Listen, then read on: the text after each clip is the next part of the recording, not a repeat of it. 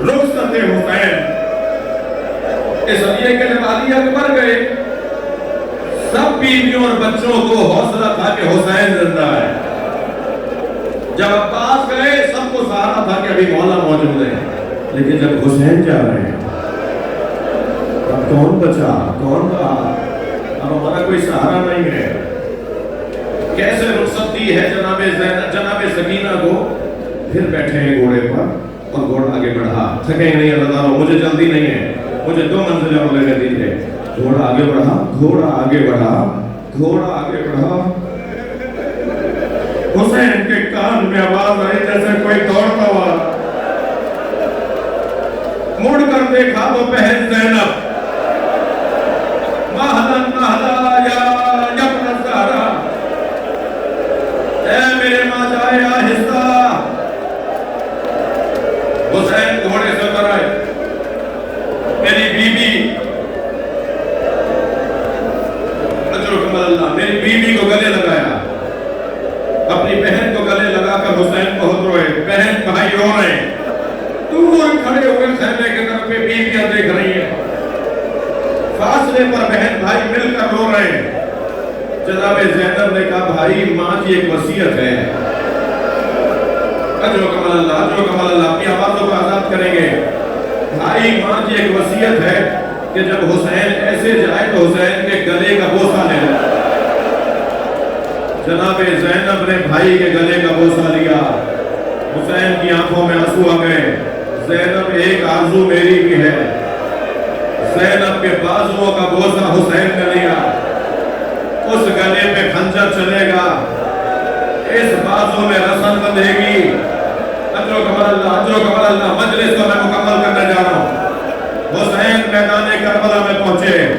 ایک ایسا وقت آیا کہ حسین گھوڑے پہ ڈگمگائے، گھوڑے پہ ڈگمگائے. کبھی دائیں گرنے لگتے ہیں کبھی بائیں.